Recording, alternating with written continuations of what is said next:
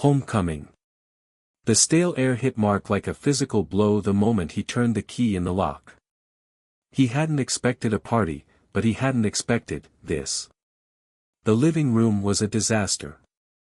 Cushions ripped open, stuffing scattered like fallen snow.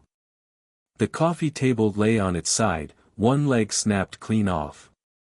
Sarah's brightly colored artwork, usually adorning every available surface, was gone, leaving pale rectangles on the walls. Sarah. His voice was sharper than he intended. She appeared from the hallway, eyes red-rimmed and swollen. Her normally vibrant hair was pulled back in a messy bun, strands escaping to frame a face that looked years older than her 26. Mark. You're early. He stepped inside, his senses immediately on high alert. The smell of cheap bleach mingled with something acrid, metallic. Not blood, he hoped. But something close. What happened here? Are you okay? Sarah hugged herself, rocking slightly. Brenda. It was Brenda. Brenda? The house-sitter. He remembered Sarah gushing about finding the perfect, reliable person to watch the apartment while she attended that art retreat in Taos. Reliable hadn't been the adjective he'd have chosen for her based on this mess. She nodded, her voice barely a whisper. I came back yesterday. Early. The retreat was, not what I expected. And I found this. She gestured vaguely at the wreckage. Everything was, like this. Worse, even. I've been trying to clean up, but... Mark moved further into the room, his mind already cataloging the details. The damage wasn't random. There was a deliberate quality to the destruction. The way the cushions were slashed, not just ripped. The precision with which the artwork had been removed, leaving clean edges, not torn ones. Someone wasn't just vandalizing, they were searching. Did you call the police? Yes. They came. Took a report. Said it looked like a robbery gone wrong. But, Sarah trailed off, shaking her head. Nothing's missing. At least, not that I can tell. He knelt beside the overturned coffee table, running his fingers along the broken leg. Clean break. Too clean. He picked up a small, metallic fragment embedded in the wood. This isn't a robbery, Sarah. This is, targeted. Sarah stared at him, her eyes wide. Targeted? But, why? He didn't answer immediately. Instead, he scanned the room again, focusing on the details the uniformed officers likely missed. The overturned bookshelf wasn't simply knocked over, its contents had been meticulously emptied, the books stacked neatly on the floor before being scattered. The rug had been pulled back in one corner, revealing a small section of floorboard that looked newer than the rest. He stood up, his gaze hardening. He needed to see the rest of the apartment. Show me everything. Sarah led him through the ransacked bedroom, the bathroom with its shattered mirror, and finally to her small studio. Even here, amidst the chaos, he could see the echoes of her artistic spirit. Canvases lay slashed, tubes of paint squeezed dry, but a small sketchpad sat untouched on her desk. He picked it up, flipping through the pages. Landscapes, portraits, abstract designs. Nothing that seemed out of the ordinary. But then, on the final page, a single, hastily drawn symbol. A circle bisected by a jagged line. He didn't recognize it. Sarah, he said, his voice low.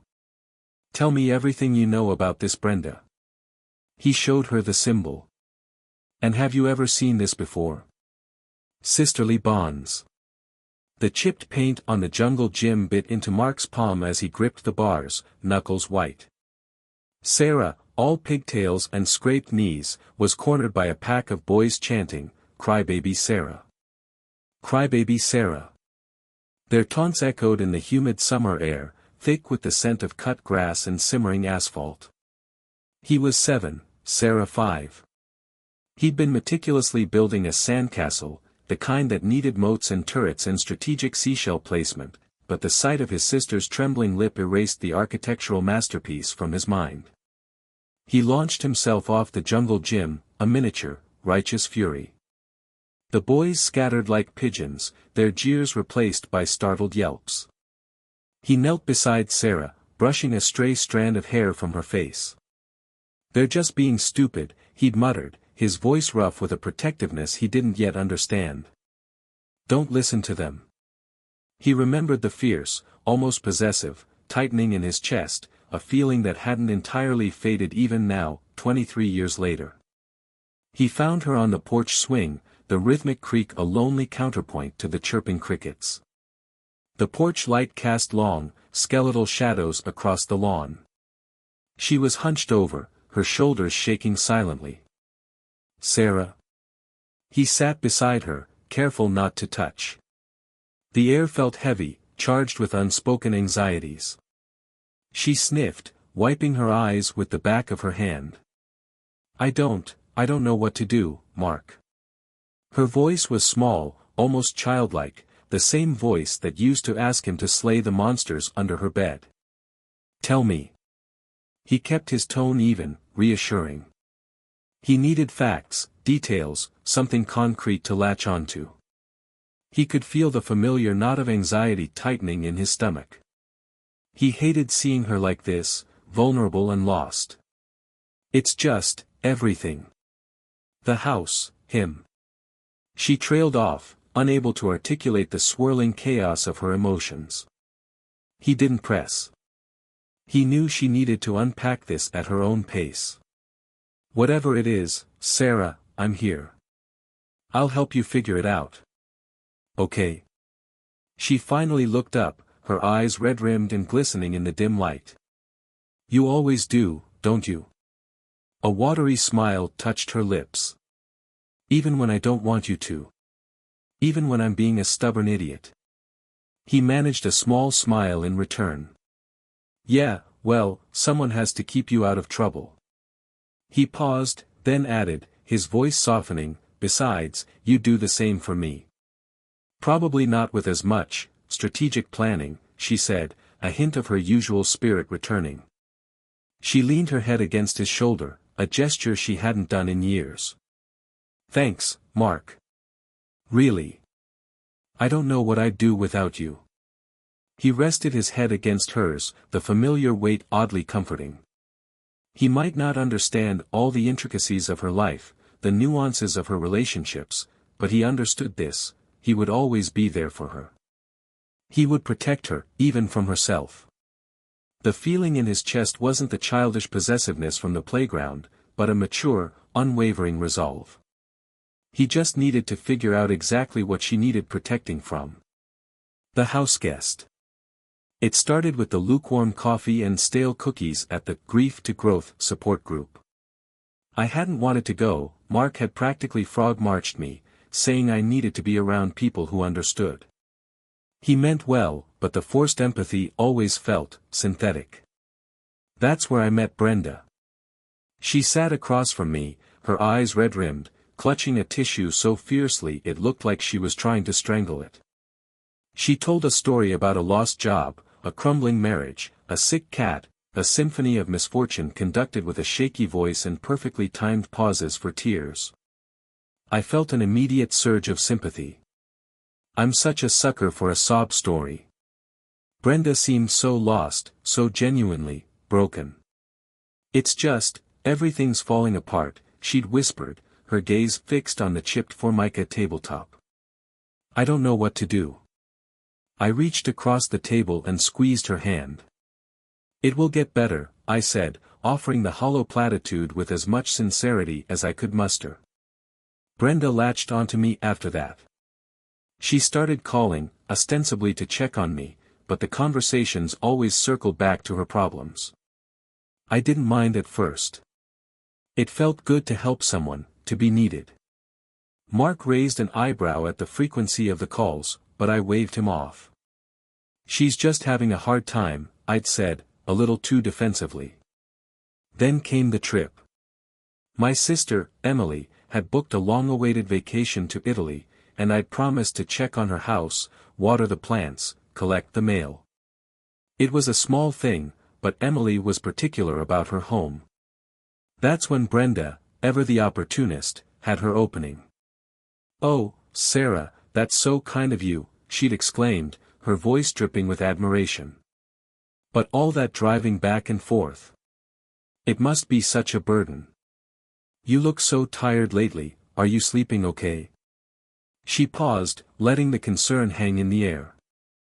"I'd be happy to house sit. I'm between places right now anyway, and I'm really good with plants." Looking back, the red flags were practically waving neon signs. But at the time, the offer seemed like a godsend.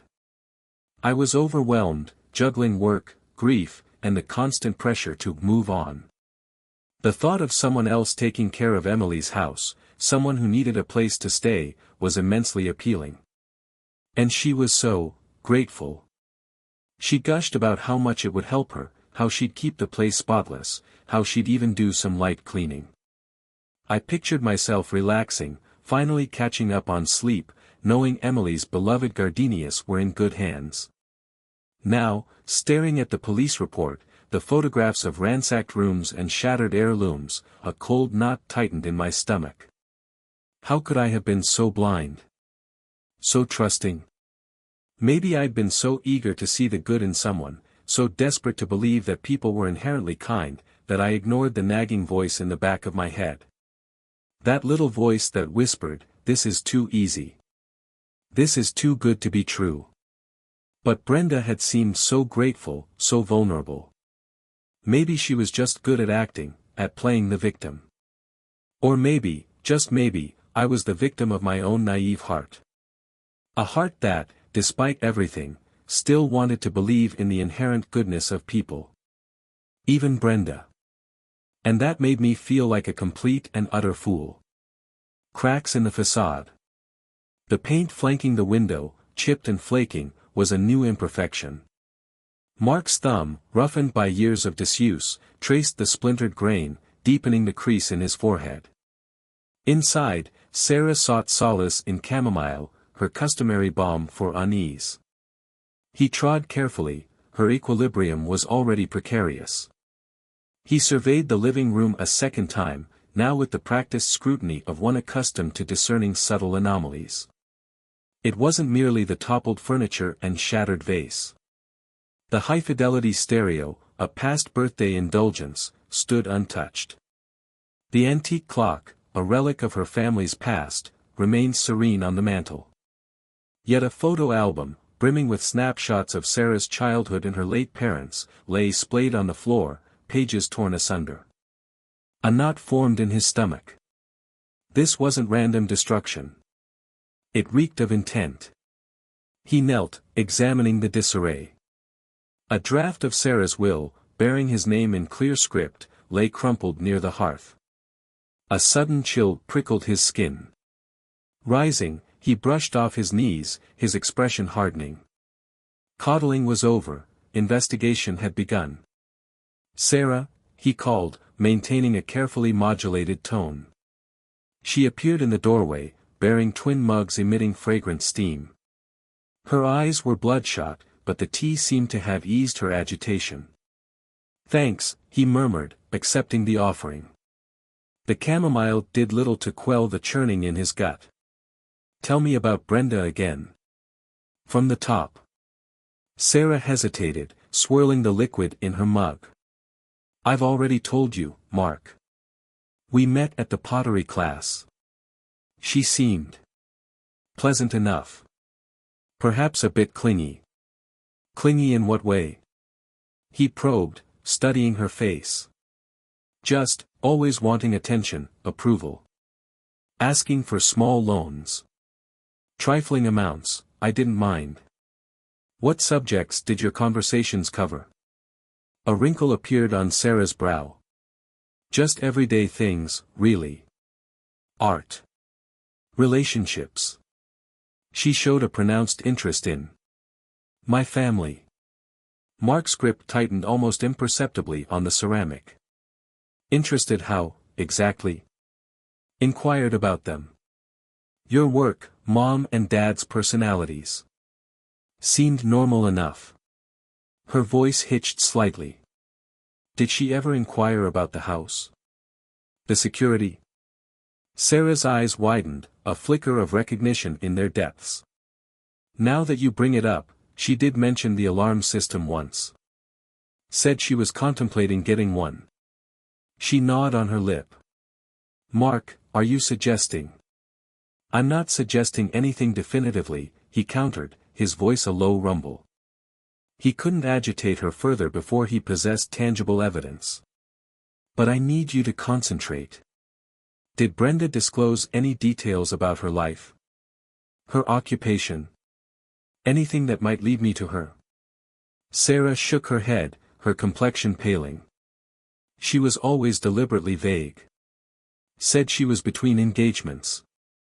Living in some temporary accommodation, I think. I honestly don't know, Mark. He set his mug on the coffee table, the muted sound amplifying the palpable tension. Right. I have some things to attend to. He required access to restricted databases, surveillance feeds, the skill set he'd forsaken. He'd been naive to believe he could seamlessly transition into a life of quiet serenity. Attend to? Sarah queried, her voice tinged with anxiety. Where are you going? Just a few loose ends, he replied, forcing a smile. I'll return shortly. Lock up after me, okay? He pressed a kiss to her forehead, his jaw tight with resolve. As he approached his vehicle, he retrieved his phone. A single call to a forgotten contact. A few debts to be collected. He needed to unearth Brenda's true identity. And he needed to do it immediately. This had transcended mere property damage. This was about Sarah, about their shared existence. And somebody. Unraveling the web. The glow of the monitor reflected in Mark's tired eyes, painting his face in shades of blue and gray. He ran a hand through his already disheveled hair, the gesture doing little to alleviate the knot of anxiety tightening in his chest. He'd pulled every string he could, bypassed layers of bureaucratic red tape that would have taken weeks for anyone else, and now, finally, Brenda's file flickered on the screen. The name, Brenda Lee Carter, seemed innocuous enough. The picture, a grainy DMV shot, showed a younger version of the woman currently charming Sarah, her smile somehow less genuine, more practiced.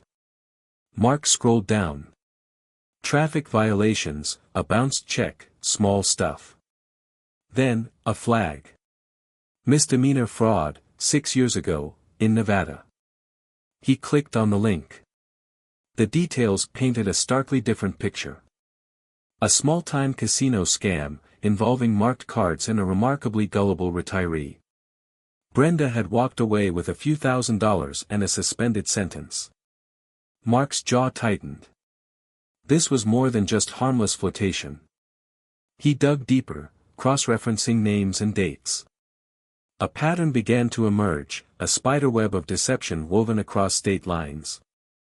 Similar scams, each involving a different vulnerable individual, a lonely widow, a recently divorced man, all taken in by Brenda's carefully crafted persona.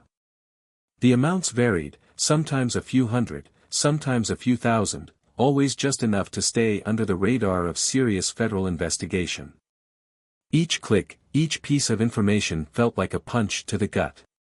He saw her now, not as Sarah's new friend, but as a predator, circling, assessing, waiting for the opportune moment to strike. Sarah, with her kind heart and naive trust, was the perfect prey. A wave of nausea washed over him. He thought of Sarah's bright smile, the way she'd been laughing and joking with Brenda just yesterday. He dismissed it as harmless, welcomed the change in her, the spark he hadn't seen in years. Now, it felt like he'd ushered a wolf into the sheep pen. He slammed his fist on the desk, the sudden noise echoing in the otherwise silent apartment. He had to act, and fast. This wasn't just about Sarah's happiness anymore, it was about her safety, her financial security, everything she had worked so hard for. The information swam before his eyes: addresses, aliases, known associates. He started compiling it, organizing it, building a case. He needed undeniable proof, something concrete to show Sarah, something that would break through the carefully constructed illusion Brenda had created. He couldn't just tell Sarah, she wouldn't believe him. He had to show her. He grabbed his coat, the need to do something, anything, burning in his veins. He needed to talk to someone, bounce ideas off a colleague, get a fresh perspective. He reached for his phone, his thumb hovering over Agent Davies' number. It was time to bring in the cavalry. Return of the wrecker. The knock was hesitant, almost a whisper against the scarred wood of Sarah's apartment door. Sarah, already red-eyed and surrounded by half-packed boxes overflowing with shattered picture frames and water-stained books, jumped. "That must be the movers," she mumbled, swiping at her cheeks with the back of her hand. Mark, perched on the arm of the least damaged sofa, rose. "I'll get it." He moved with a quiet purpose that always calmed Sarah, a silent promise of protection. He opened the door to Brenda Kessler, looking smaller and more fragile than he remembered. Her eyes, usually bright with a sly energy, were puffy and bloodshot. She clutched a wilting bouquet of lilies, Sarah's favorite, he recalled, filing the information away. "Sarah." Brenda's voice was barely audible. I saw what happened. I'm so sorry. Is there anything I can do to help?" Sarah rushed forward, pulling Brenda into a hug. Mark remained by the door, a silent sentinel, his gaze unwavering. Sarah's easy forgiveness, her inherent goodness, both warmed and worried him. "Oh, Brenda," Sarah sobbed, "it's just, everything." "I know, honey, I know. Let me help you pack. Clean. Whatever you need." Brenda pulled back, her gaze sweeping over the wreckage, landing briefly, almost imperceptibly, on the water-damaged section of the wall before quickly darting away. That's really kind of you, Brenda," Mark interjected, his voice smooth, almost welcoming. "We appreciate it." He gestured her inside, careful to maintain eye contact. "But are you sure you're up to it? You look a little under the weather." Brenda forced a watery smile. "Guilt will do that to a person, Mark. I feel terrible." She stepped further into the apartment, but hesitated near the doorway to the kitchen. "Where should I start? Every little bit helps. Could you maybe start with the living room? There are some boxes that need to be taped up," Sarah suggested, already heading back to her packing. Mark stayed put, blocking Brenda's path towards the kitchen. "Actually, Brenda, before you start, I was just wondering, did you happen to see anything unusual around here yesterday? Anyone suspicious?" Brenda's eyes flickered again, a rapid, bird-like movement. She wrung her hands, crushing the delicate lilies. "Suspicious? No, I didn't see anyone. Just, the movers, I guess. When I left, everything seemed normal." Her voice was a shade too high, a forced cheerfulness that didn't quite reach her eyes. "The movers weren't here yesterday, Brenda. They're coming tomorrow," Mark stated, his voice soft but firm. The lie hung in the air, heavy and undeniable. Brenda swallowed hard. A bead of sweat trickled down her temple. "Oh. Right. Well, I wouldn't know anything about that, Mark. I really just want to help Sarah." She finally moved past him, keeping a wide berth, and picked up a roll of packing tape. Her hands trembled slightly as she fumbled with the dispenser, the plastic squeaking loudly in the tense silence. Mark watched her, his mind dissecting every nuance of her behavior, each nervous tick a piece of the puzzle falling into place. He was certain now.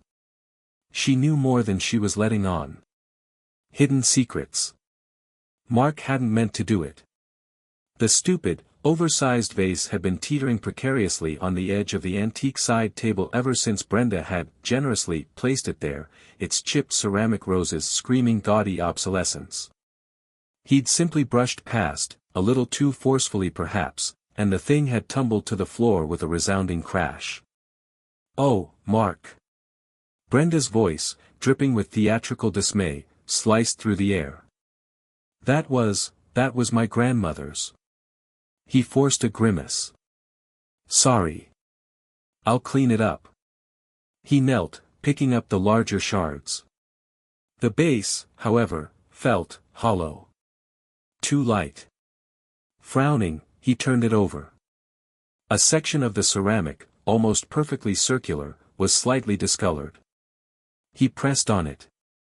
It gave way with a soft click, revealing a small, felt-lined cavity. Inside lay a single, unassuming USB drive.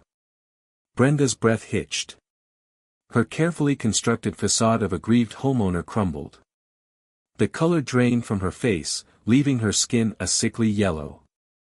She lunged. "Give me that." Her fingers, usually adorned with elaborate acrylics, scrabbled for the drive. Mark sidestepped her easily. "What is it, Brenda? Something you don't want me to see?" The air crackled with a sudden, palpable tension. He felt the shift in her demeanor, the desperate energy radiating from her like heat from a furnace. She feigned confusion, her voice a strained whisper. "Mark, please, I don't know what you're talking about. Just give it back. It's personal." He ignored her plea. He knew, with a certainty that settled like a cold stone in his gut, that this was it. The piece of the puzzle he'd been searching for. The reason she'd targeted Sarah. He held the USB drive up, examining it. Generic. Unmarked. Deceptively innocent. Brenda took another step towards him, her eyes wide and frantic. "Mark, you're scaring me. Please just give it back and we can forget this ever happened." She reached out again, her hand trembling. He held up his hand, palm out, stopping her in her tracks. "Brenda Kessler," he said, his voice losing all traces of its earlier casualness, becoming hard and official. "You are being detained on suspicion of fraud, identity theft, and obstruction of justice." He reached into his jacket pocket and pulled out his badge, the polished metal gleaming under the harsh kitchen light. "Federal Agent Sterling. Now, I suggest you cooperate." The fight visibly drained out of her. She stood there, frozen, her mouth slightly agape. The carefully crafted vulnerability was gone, replaced by a stark, raw fear. Then, with a guttural cry, she spun on her heel and bolted for the back door. Mark was faster. He moved with a speed that belied his seemingly relaxed posture, intercepting her before she reached the handle. He gripped her arm, his fingers tightening just enough to restrain her without causing lasting harm. The USB drive remained clutched tightly in his other hand. "Don't make this harder than it needs to be, Brenda." His voice was low, dangerous. The charade was over. The game was up. Confessions and connections. The USB's file names were deliberately dull: budget spreadsheets, client list, meeting minutes. But Mark had learned not to trust surface appearances, or equate mundane labels with harmless data. He slid the drive into his secure laptop, the screen's luminescence painting the darkened living room in shades of blue. Upstairs, Sarah slept soundly, hopefully unaware of the storm brewing below. It took mere minutes. Masked within a commonplace Excel document were insidious macros, rerouting to a cache of scanned files, falsified passports, counterfeit social security numbers, wire transfers funneling funds into shadowy foreign accounts. Though the names differed, a pattern emerged, a vast web of stolen identities fueling an intricate money laundering scheme. Then he saw it, Kessler_Sarah_ profile.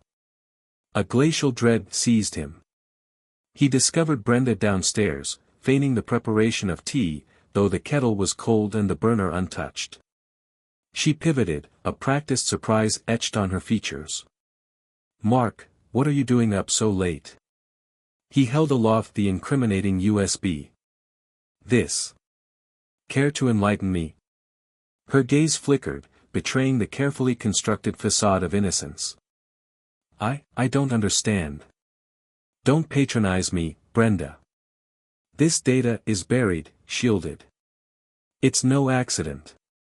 It's fraud, identity theft, and Sarah's name is plastered all over it." He kept his voice restrained, a dangerous pressure simmering underneath. "Tell me the truth. Now." The defiance seemed to collapse within her. She slumped into a chair, the delicate china trembling in her grasp. "All right, you're right. I made a mistake." "A mistake? This transcends mere error, Brenda. This is criminal behavior." She looked up, her eyes shimmering with the threat of tears. "I needed the money, Mark. Desperately. My mother, her health is failing. The medical expenses are crippling. I saw no other way out." Mark remained unconvinced. "So your solution was to plunder identities and funnel dirty money? That was the only avenue open to you?" "They approached me," she stammered, her voice catching in her throat. "These people, they knew about my circumstances. They offered help, said it would be effortless. Just collect some data." I didn't comprehend. I had no idea it was this extensive. I thought it was minor, credit card schemes. He snorted derisively. "And Sarah? What role did she play? You exploited her, didn't you? You cultivated her friendship to gain access." Brenda recoiled as if struck. Yes. I required access to her network, her financial details. They needed profiles of individuals like her. Affluent, established professionals. She was ideal. A solitary tear broke free, meandering down her cheek. "I'm so truly sorry, Mark. I never intended to harm her. I was simply desperate." Mark scrutinized her, his expression an impassive mask. He yearned to believe her, to detect a spark of genuine regret, a trace of decency. But he perceived only a seasoned performer, deploying the victim card with practiced skill. He sensed, instinctively, that her confession was incomplete. The organization, the network she mentioned, that was the true peril. And Sarah was caught squarely in its sights. Justice and healing. The safe house felt airless, its silence pressing in on Sarah. Mark leaned against the doorframe, a silent observer to her quiet misery in the oversized chair. His gut twisted. This wasn't how it was supposed to be. She shouldn't be barricaded away, a casualty of her own good nature. 24-hour surveillance, Sarah. Everything's provided. Evans will be here this afternoon. His voice, carefully neutral, betrayed nothing of the storm inside. Her gaze lifted, eyes bruised with exhaustion. "Thank you, Mark," she murmured, the words a pale imitation of their former vibrancy.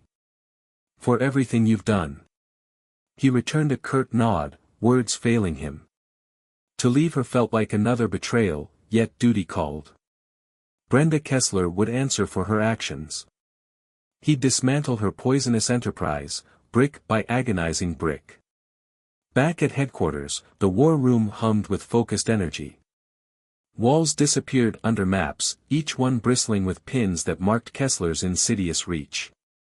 Agents moved with a sense of urgent resolve, their faces set in tight lines. Mark's voice, a honed blade, cut through the atmosphere as he addressed the team. "Brenda Kessler is the linchpin. We use her to unravel the whole damn thing." He unveiled the plan, a razor's-edge gamble resting on Kessler's ingrained avarice. They'd feed her a narrative of escape, a fabricated lifeline suggesting she could buy her freedom by delivering the head of the serpent to their doorstep. A perilous dance, but their only path to obliterating the entire network. Meanwhile, in Dr. Evans's office, Sarah found little solace in the pastel hues. The therapist's soothing cadence coaxed her through the ordeal, carefully untangling the manipulative threads Brenda had woven. The crushing weight of her misplaced faith threatened to drown her. "None of this is on you, Sarah," Dr. Evans reassured gently. "They targeted you because of your inherent trust, your open heart. That isn't a failing, it's a strength they twisted into a vulnerability." Later, as dusk bled into night, Mark revisited Sarah. He found her absorbed in a notebook, a faint spark of her former self rekindled. He sat in companionable silence. "We got her, Sarah." The words were quiet, his eyes fixed on her hands. "She delivered the whole damn operation to us." Sarah remained still for a long moment. Then, she closed the notebook with a soft thud. "I don't hate her, Mark. I pity her. What wasteland must she have walked through to become that person?" Mark observed her, his expression indecipherable. Such profound compassion was beyond his grasp. All he wanted was her safety. A week later, Brenda occupied the stark confines of an interrogation room, harsh light glinting off her wide, terrified eyes. The meticulously crafted persona had fractured, exposing the naked fear beneath. Her lawyer, a shark in a bespoke suit, murmured empty assurances, but Brenda remained deaf to his words. All she perceived was Agent Sterling's unwavering gaze as he methodically read out the charges: conspiracy, fraud, extortion. The litany seemed endless. The consequences of her choices, the scale of the ruin she had wrought, finally descended upon her. She'd bartered her soul for a phantom of power, and now stood utterly bankrupt.